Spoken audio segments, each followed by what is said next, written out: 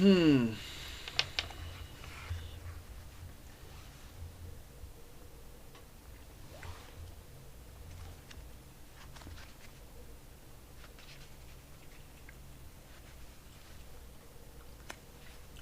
I figured I'd wait to see if people will join in, but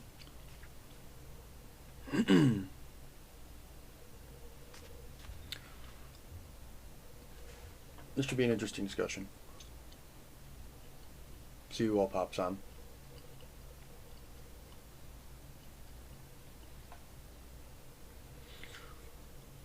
It's the real question, though, is what is prophecy?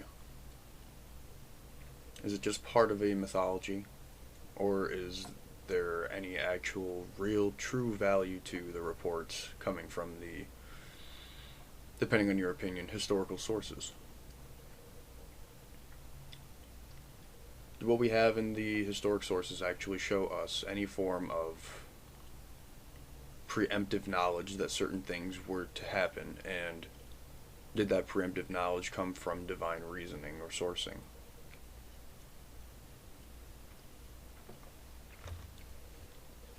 So I really enjoy this discussion. I mean, frankly, if Jesus was real, according to the book itself and what he's made promise to the people at that time, he would have already returned.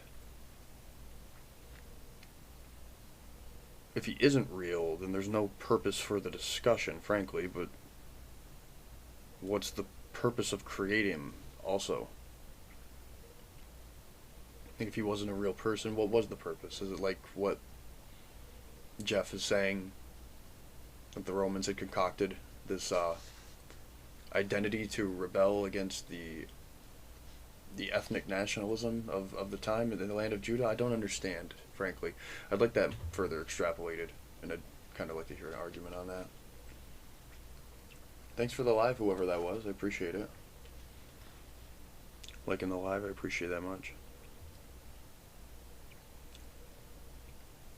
So if Jesus completed his work, we know he got his creation back.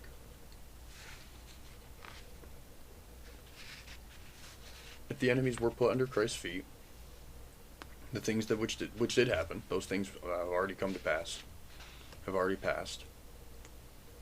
That means that God is now reigning all and in all.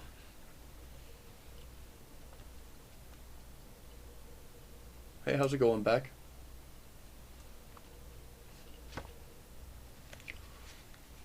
I mean, the basis of the discussion I'm not going to try and unalive on a hill on, so to speak, right? The healthiest way to go through this is to try not to enforce any restrictions upon yourself or your own view.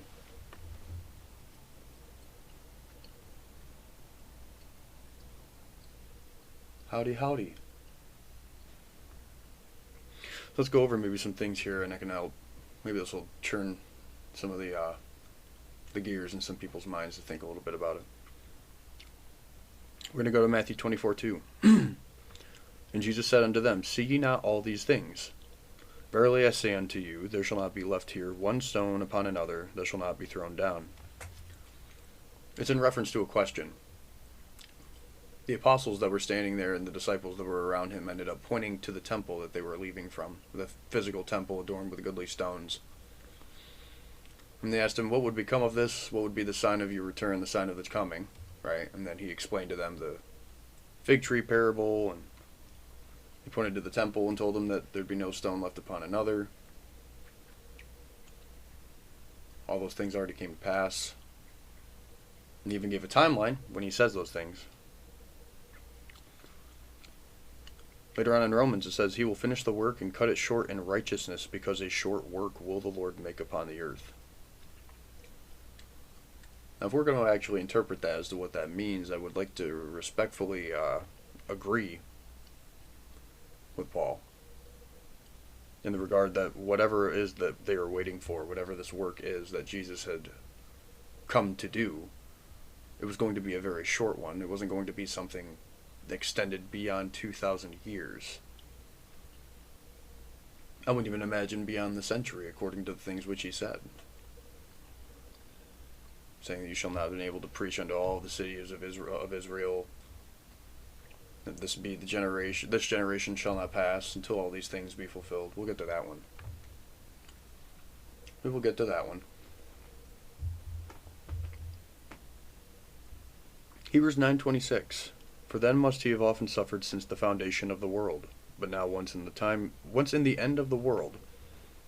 Right, he says, but now, once in the end of the world, hath he appeared to put away sin by the sacrifice of himself. There's a couple of things we have to acknowledge in those statements. In every translation, it seems quite clear that what they're talking about is the acknowledgement that they are at the end of the world, meaning that's a bad translation, but quite frankly, it's the end of an age, in reference to the actual Greek. You can correct me if you want, but you can go to the Strong's interpretation on that. I don't remember the number specifically, but I'm pretty sure it references land for world as well.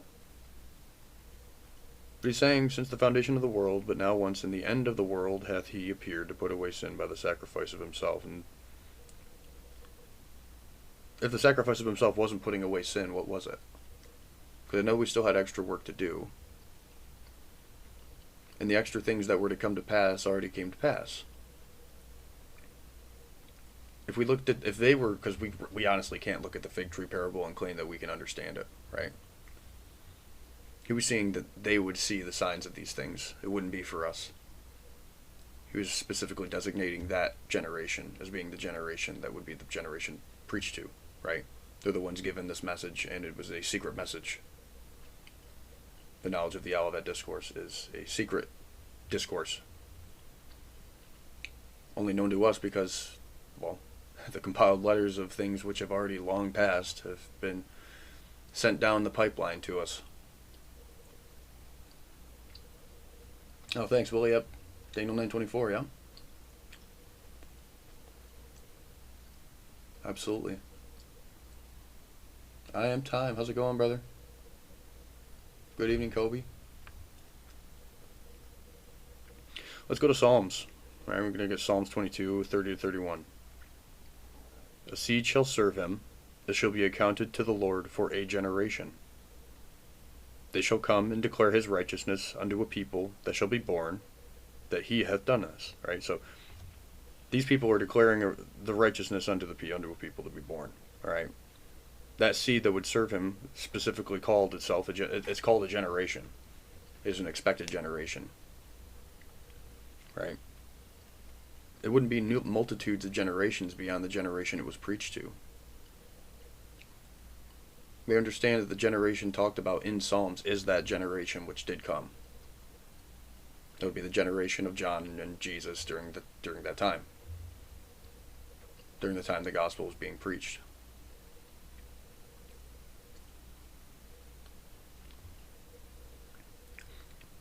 Matthew 24, 32 to 34. This is part of the Olivet Discourse. This is actually what I was kind of talking about already with the parable of the fig tree. Now learn a parable of the fig tree. When his branch is yet tender, and putteth forth leaves, ye know that summer is nigh. So likewise ye, when ye shall see all these things, know that it is near, even at the doors. Verily I say unto you, this generation shall not pass till all these things be fulfilled. Okay, so he's telling them at this private meeting that the things that you will see will be that you will liken unto the growth, the birthing and the development and the, I guess you could say, the budding of the fig tree. The entire process of its creation. You're going to see all of these things unfold. It's an allegory. It's something they would have been familiar with, is seeing, the changing of the seasons and the effects on the fig tree. So this is something that would have been accurate to their understanding. It's something to make allegorical. Right?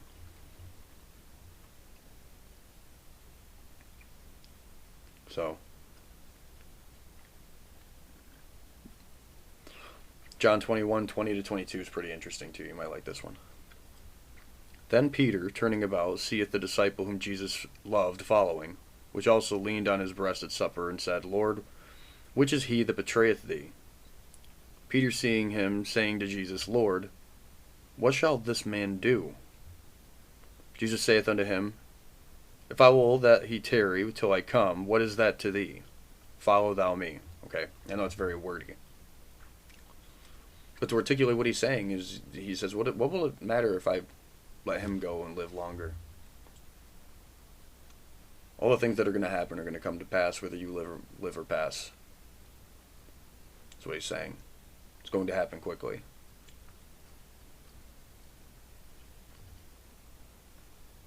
Luke 21, 22 to 24. Here we go. These be the days of vengeance, that all things which are written shall be fulfilled. But woe unto them who give child, and to them that give suck in these days. For there shall be great distress in the land, and wrath upon his people. And they shall fall by the edge of the sword, and shall be led away captive into all nations. And Jerusalem shall be trodden down of the Gentiles, until the times of the Gentiles be fulfilled. All this already happened. The Jerusalem at that time was trodden down by the Gentiles. The Gentiles at the time would have been referred to as the Romans. They were the occupying Gentile army and force that would have been referred to also as Iron, the Iron Age in that instance. In Revelation, it was also referred as the rod of iron that Jesus had held. It was power over the armies. And it was the armies that exacted the vengeance that Jesus said would come. Right? So the question is was what was written in Revelation, right? And even before, we could talk about the other letters, but in this instance, Revelation. Was Revelation, and the intention behind Revelation, right, as a book, accurate to the author, John, right? We have John of Patmos. Or was there also manipulation later on down the road to the work to make it appear that the wrath upon Jerusalem itself was prophetic? Was the wrath on Jerusalem prophetic? I know a lot of guys that are going to be here, they're going to say absolutely, and I bet they know exactly what quotes to pull. Because here's the thing, how would the wrath upon Jerusalem be substantiated to people that have never heard that before in the timeline of the prophets? Right? It had to have been acknowledged. Otherwise, it wouldn't have been a convincing argument for many. But there had to have been many people, if not many, but maybe some people, a significant number, we could say, of people that truly resisted not only the Roman occupation, but also the traditional hegemony in the land of Judah at the time. And that someone proclaiming themselves to be the Messiah would be one of the most, I guess you could say, influential, like, I guess you could say, like, progressive actions toward resisting the traditional and orthodox structure of the time, the Pharisees and the Sadducees, and their difference in opinion, the enforcement of the law and everything.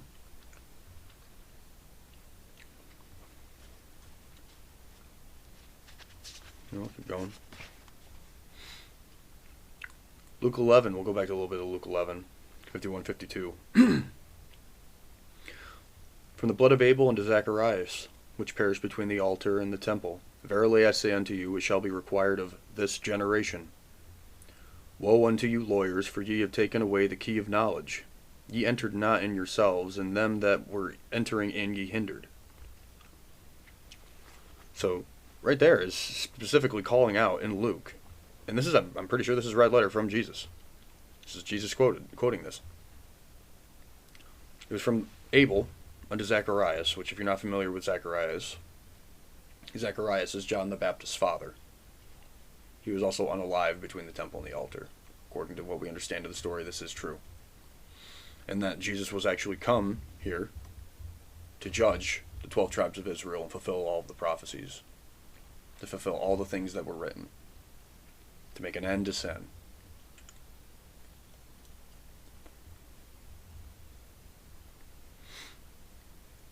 Revelation 3:12, him that overcometh will I make a pillar in the temple of my God, and he shall go out no more out. And I will write upon him the name of my God, and the name of the city of my God, which is New Jerusalem, which cometh down out of heaven from my God, and I will write upon him my new name. That's an interesting point. I'm curious of the new name part. Because what does that mean necessarily for people today calling out to Jesus if Jesus doesn't have that name anymore, or at least the Yeshua or whatever the actual verbalized pronunciation of it would be? And if the name isn't given, were we even intended to know? I mean, what are the implications of that, really? When the time of the Gentiles has been fulfilled, there will be no more Jew or Gentile. I think that makes exactly the most sense from the book. I think the whole purpose of it was to get rid of the separation between the Pharisee, the Sadducee, the Samaritan, the Gentile. All of that was supposed to be laid away into what would have at that time, I guess, been the previous age in old history. Right? It's kind of revolutionary, in a lot of the ways that the wording in this book is. It's revolutionary in its own way. A pre-nationalistic kind of form. But it's all based on the conglomeration of the tribes and the outcome of what the established orthodoxy, the temple, because you could say that the Pharisees in the land of Judah and in the temple had upheld those practices, those teachings, the things which we argue today of having some form of historical fact, right? To them at the time, I'm sure prophecy was, in many cases, part of the everyday life, and I'm sure it was very convincing to many of the people living there at that time that this was what it was, that there is a timeline of sorts, of events that must occur first and foremost.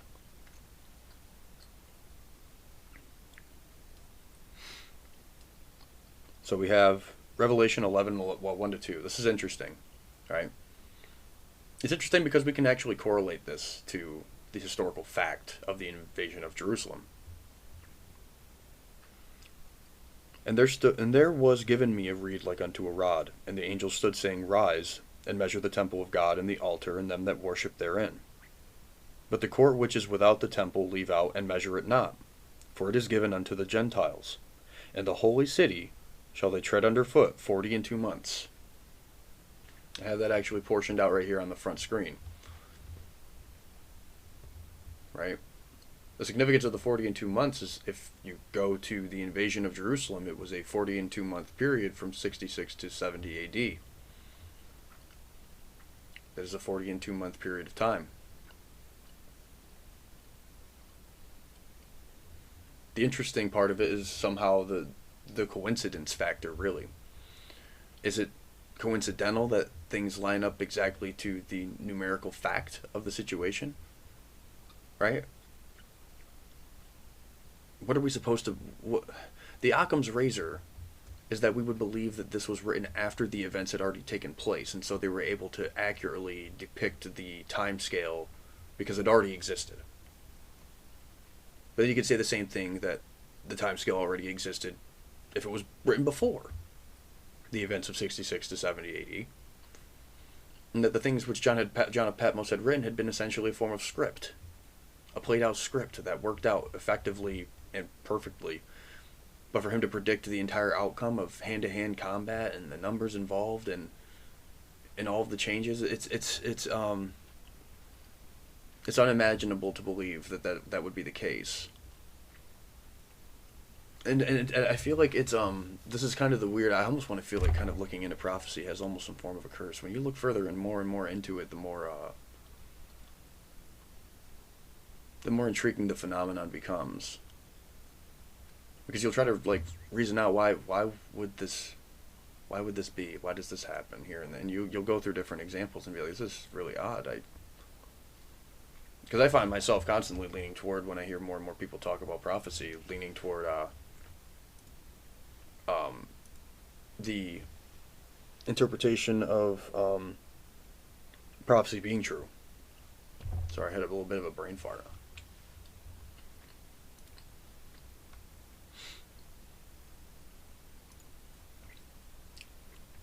We can keep going. We're at the end of Revelation, and even at the beginning of Revelation, you have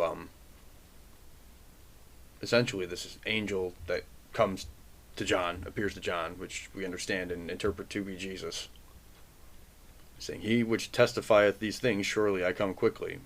Amen, even so come, Lord Jesus. right? At the beginning of Revelation, it speaks on the things which must shortly come to pass. If we were to interpret the words specifically from that as being true, right? If we can't subtract or add from the book, which is specifically in the book of Revelation, and we interpret the book of Revelation to mean exactly what it means, then what it is saying is that the events specifically therein had to have happened quickly based on the timeline that John the Patmos had written. And it just seems that coincidentally, the historical timeline adds up directly with finding itself in a biblical generation. Specifically a biblical generation, whether you argue Jesus had been crucified at 31 or at 33, lines up still within the 40-year mark of a biblical generation. So how do we get past that? And the arguments I've seen laid forth, whether we look at the side that believes in prophecy being true, you have people arguing whether or not there is punishment in the afterlife or that there is forgiveness. But all of these people over here on this side, at least the majority of the people coming to these conclusions, I guess a close to a preterist interpretation, have that understanding that prophecy is true, and they hold to that and believe this. And they have a lot of substantial evidence for this. For people that come in here and are listening to this that may have the idea that prophecy doesn't have any weight or value in a discussion, you may want to speak to some of these guys that come up here. They're quite knowledgeable on the subject. RPK the Equalizer, you're going to have I Am Time, Reconstructing Christianity, Beck, she was on here. There's even people from the Post-Christian Church of God. I mean, you have Derek Jester. I've read Derek's works. Derek has openly explained a lot of interesting situations to me. He's been a very good friend to me. Oh yeah, well, cool. Yeah. I like the channel. I really do. Everybody that I've met from there has been fantastic, truly. I've been very happy to meet them all.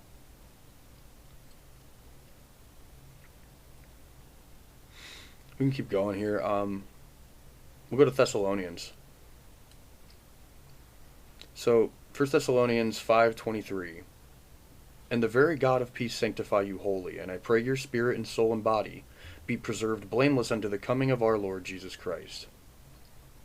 If we break that down really, when he's telling them that the very God of peace sanctify you wholly, and he's praying that their spirit, soul, and body be preserved blameless until the coming of the Lord Jesus Christ, what exactly does that mean?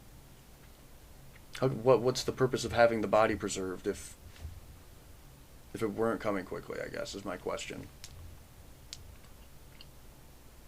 Because if their body were to be preserved, then that would mean, I guess, necessarily that if there was no return yet, there's still bodies that are preserved until his return. Like, there's still some bodies around, hidden somewhere, yet to have decomposed. It doesn't really seem to make much logical sense. And then you have further, you have Thessalonians, or even earlier on even. And he's saying, "Ye brethren are not in darkness, that the day should overtake you as a thief. You are all children of light, and the children of the day." You are all the children of the light, and what the heck? Oh yeah, ye are all the children of the light, and the children of the day. We are not of the night, nor of darkness. Therefore let us not sleep as do others, but let us watch and be sober. What are they watching and being sober for? If they're saying that they're not of the people of the night, what does that mean about the people of the night? If they're people of the day, in Thessalonians, we understand that at this point people have had the Holy Spirit poured out unto them, which is to keep them preserved and blameless until the glory and the coming of Jesus. And yet they're the ones that are trying not to sleep. They're the ones saying not to sleep, as the others do. They're trying to watch and be sober. But why would that matter if it was coming 2,000 years later? It wouldn't matter if he was coming and it wasn't going to be fulfilled for 2,000 years off. It doesn't make sense unless he was coming and arriving quickly.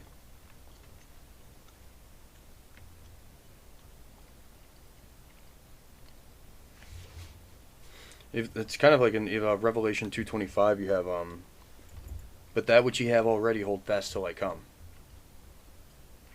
Like, why would they need to hold fast to anything if he wasn't coming quickly? This whole thing comes down to whether or not you believe what Jesus is saying to those people, right? Like, if we're putting ourselves in that situation and think Jesus is talking to us, then we can substantiate that what he's saying is true to us. But if we're trying to say what's true for us is also true for them, then that's just a misinterpretation of the reading. Which I think is the main issue.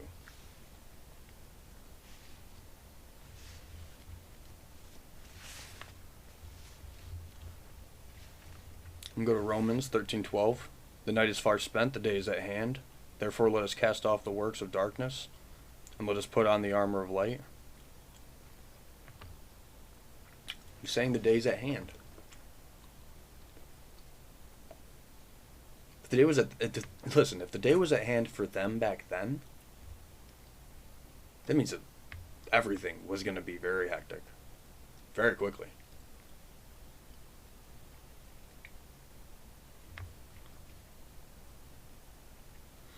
1 Peter 4:7, the end of all things, it says, but the end of all things is at hand. Be ye therefore sober and watch.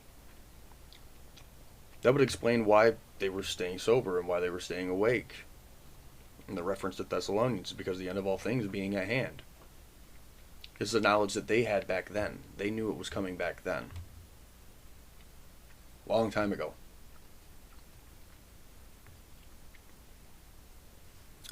Revelation 22:10 said, and he said to me, do not seal the words of this prophecy. Do not seal the words of the prophecy of this book, for the time is at hand. That could be juxtaposed to Daniel. Where in Daniel, he was told to seal up the words of the prophecy until the time of the end.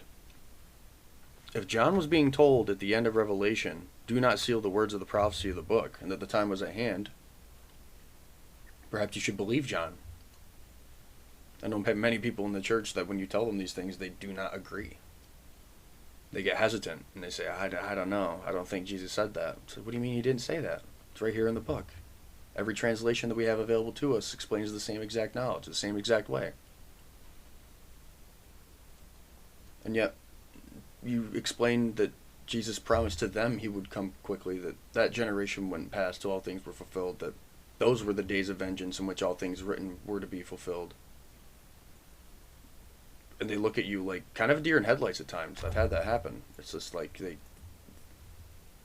it's hard for people to register that part of the story. So the best bet's really just to go through the book. Try it again. Read it again. That's what I did. I read it twice before I fully understood it. And then when I tried to get the audience relevance grasp, I went back to it. And the book just makes way more sense now. Makes a lot more sense. So we have in Corinthians, then cometh the end, when he shall have delivered up the kingdom to God, even the Father, when he shall have put down all rule and all authority and power. So, if what we understand is true for this, that Jesus came to do a short work, that the short work was done, that it culminated in the destruction of Jerusalem, which is exactly what it talks about, then God is the one in charge.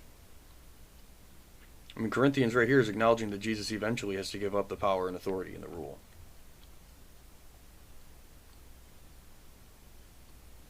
So that has to happen, right? All our Christians doing, that's all they're really doing today is extending that work. They're trying to extend Jesus' time on the throne of God. That's really all it seems like it is doing, you know. Hey, what's up, Dwayne? How's it going, man?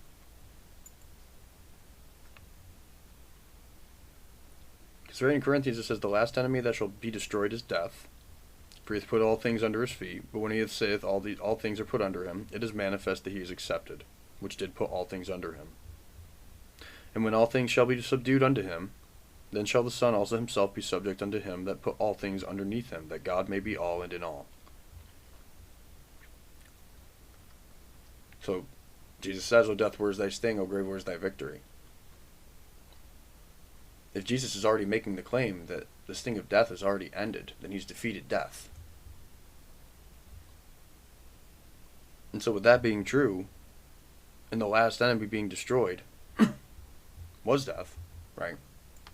Jesus now has the ability, or at least is at the point in the transition of getting off of the throne, leaving the authority behind. And now God has the throne and the seat and is all in all.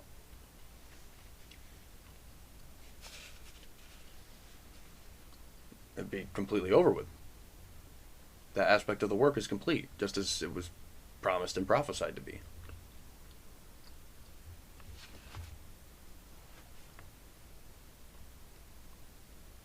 You can go even back to Matthew. When ye therefore see the abomination of desolation spoken of by Daniel the prophet, stand in the holy place, then let them which be in Judea flee into the mountains. Okay. See, the abomination of desolation, when he's telling them they will see it. He's telling them when you see it, the abomination of desolation written by Daniel, which they did. That abomination was the Roman army that came through. That was the Gentile army that came through and trod down the city. They were told to flee to the mountains. Why would you flee to the mountains? What's the purpose of fleeing to the mountains if the whole of the world is going to be destroyed? Why spare you in the mountainside? There'd be no point. The whole of the earth was never meant to be destroyed.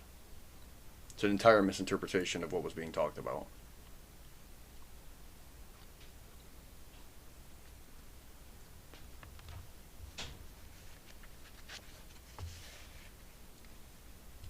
Yeah, it's kind of a wild concept, really, that people should look into and consider before they really go to the churches.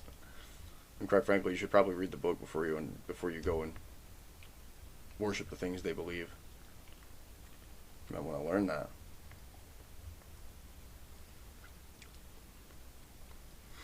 And Matthew says, when he saw many of the Pharisees and Sadducees come to his baptism, he said to them, O generation of vipers, who hath warned you to flee from the wrath to come? Why is he telling them that? What wrath is supposed to come upon them? Is it the wrath of the day of the Lord? Because that's what it seems to be talking about. It's the incoming wrath.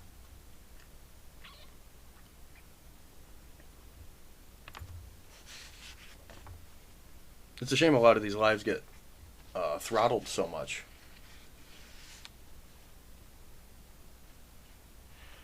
I feel like people would be getting a lot more involved in this if there wasn't some odd shadow banning going on. But what can you do, right? You can only hope that somebody came in here and decided, hey, this is something new. I haven't heard this before. Maybe I'll look into it myself.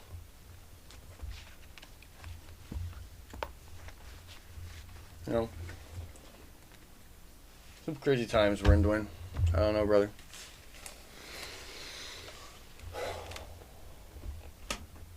Definitely some crazy times. Oh.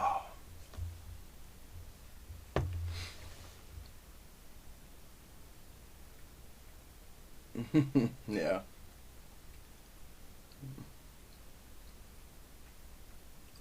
Yeah, I just oh,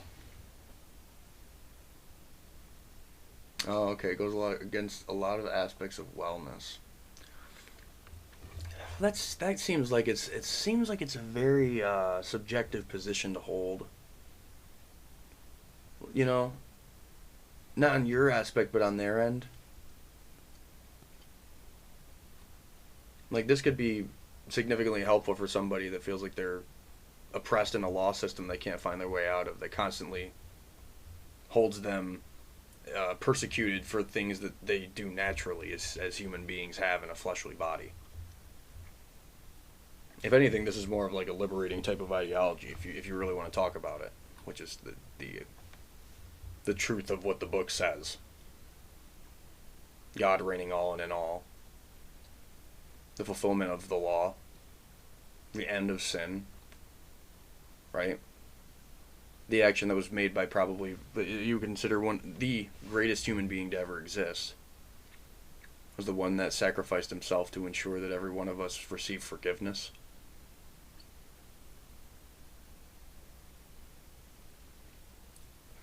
Yeah, that's really odd, Jeremiah. I don't know why it's like that. Oh yeah, yeah, that's a good point too. I didn't even think about that allegory. Yeah.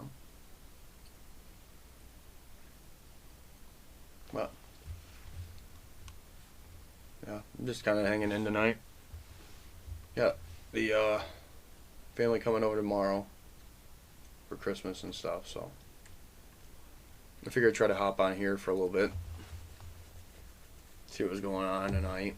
If anyone wanted to talk.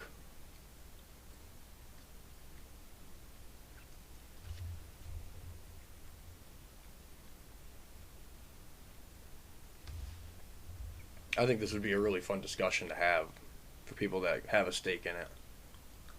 It's a shame that the numbers of people involved are so at least small to a known extent.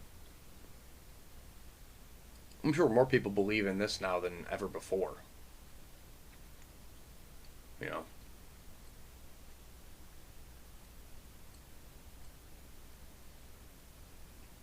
the question is, well, what do we do with this? What do we do with this knowledge that we know about the book?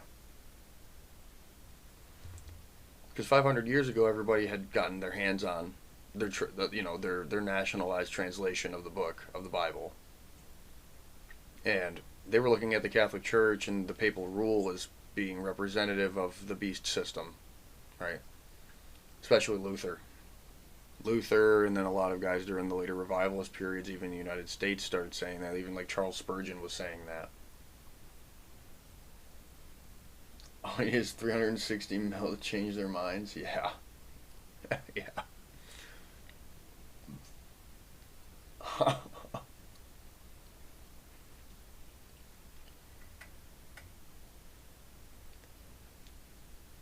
I think it's a revolutionary time we're in. To know this stuff. There's been like a long progress of trying to understand how Christianity became institutionalized, right? We understand based on the nature of the established papal institution at the time when it first on its inception, we could say around the Council of Nicaea. Um, it's 50% of 2.4 billion. Oh my goodness, dude.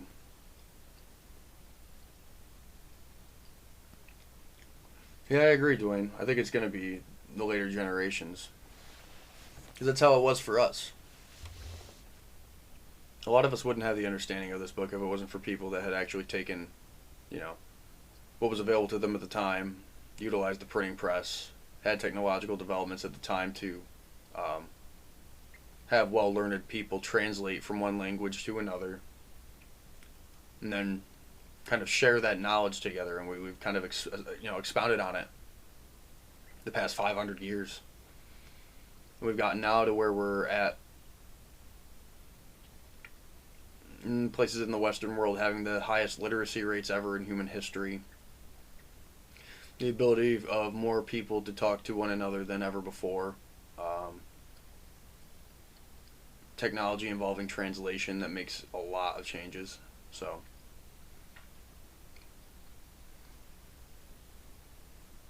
I know, man. That's really the struggling part of looking at investments in industry is that everything is streamlined to support other industries. And if you have an industry that counters the already established group of people, you will find yourself in a lot of trouble.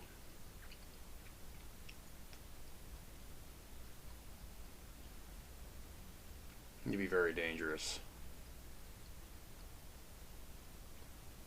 But that is how a lot of change happens. It's like a small group of people stand against the odds of the larger industry, the larger group, hegemonic force, whatever you want to call it.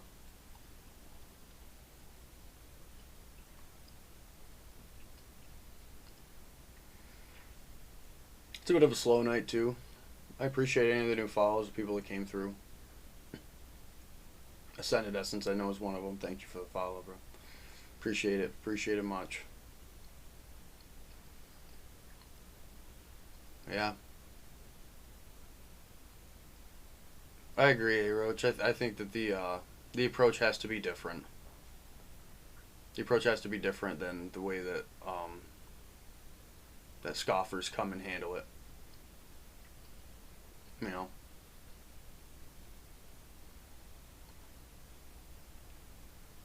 Okay, yeah. I mean, we're at a precipice, some form of a precipice of change for sure. I mean, the whole of the world being in communication with one another has been, and it's like instantaneous communication is never before seen. There's so many unprecedented levels of technological development that we have no real clue how much those developments will play in any near changes in the future.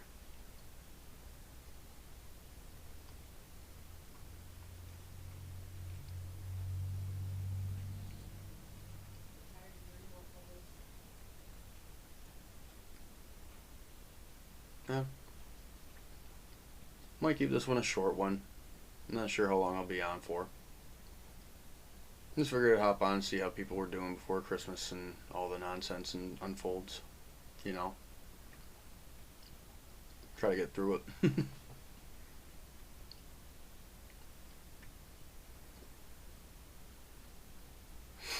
Yeah, I'm really grateful for everyone who showed me stuff on here. Jeremiah, A. Roach, Coach Peter.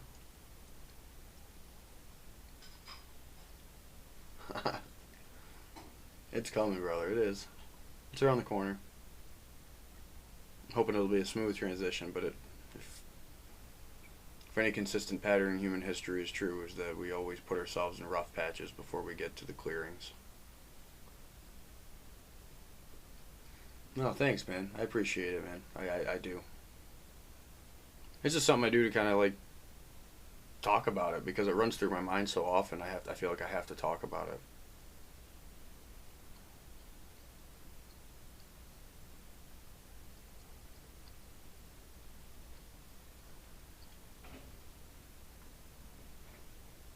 8070 HD.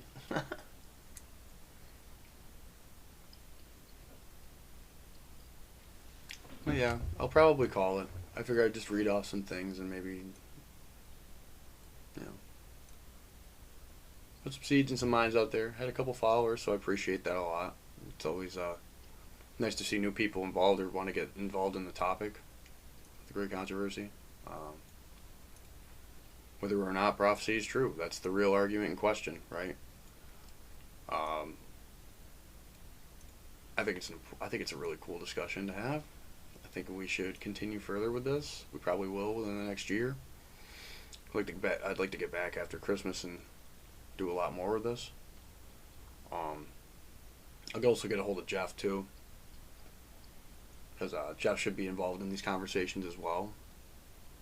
He is like I haven't talked to Jeff yet. No, I was preoccupied with a bunch of nonsense, but I'm gonna message him after this, see if he wants to hop on one of the lives sometime. Let me know what time's good for him, and then I'll throw a live on. I'll let you guys know. That way, if you want to join, we can all have a discussion on this stuff, and I think it'd be really fun. And I mean that in a nice way. I'd love to moderate something like this.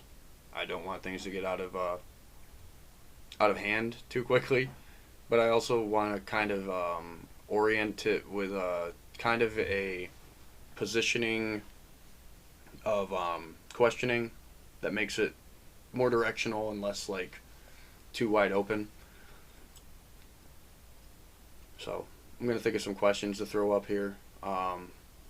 Get a new background for it. Get it all set right, so you guys can have all the panel room, and then I'll throw up I'll put up here like questions or references that we're talking about during the time. Um, it's stuff I'm gonna work on for sure.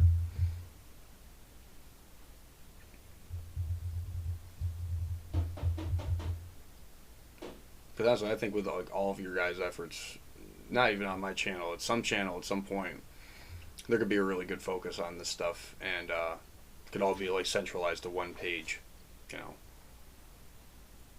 Just something where like good debates happen about this stuff that can be neutralized. But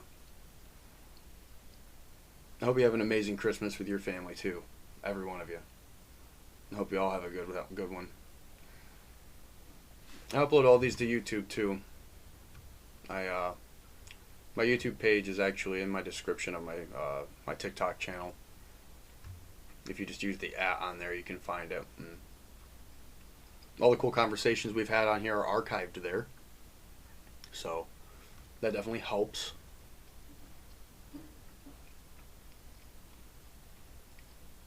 Yeah, man, I'm trying to make sure that like all the cool, because there's so many important things that people say that I know I won't I won't remember. But I know if someone's referring to a conversation, I can always go back to that, right, and hear what people have said about it, and if I've made any like mistakes or misinterpretations. It takes too much time to write it all down. I don't want to do that. I'm not that kind of guy. I'm a people person. I like to talk to people. I appreciate it, man. Yeah, I'd love to have more subscribers, the merrier. If you guys want, I'm gonna probably do that, and probably some. Might even start doing TikTok reacts. I don't know. Think about doing something different with the page. It's kind of a goofy page, you know. But I changed it now. It's a lot. It looks a lot better. But all right, I'm gonna call it. I hope you all have a Merry Christmas and a Happy New Year. Thanks for being here. God bless you all. Love you all. And I hope to see you soon within the next year, 2025. 2025, we're here. Yoons, take care. Later.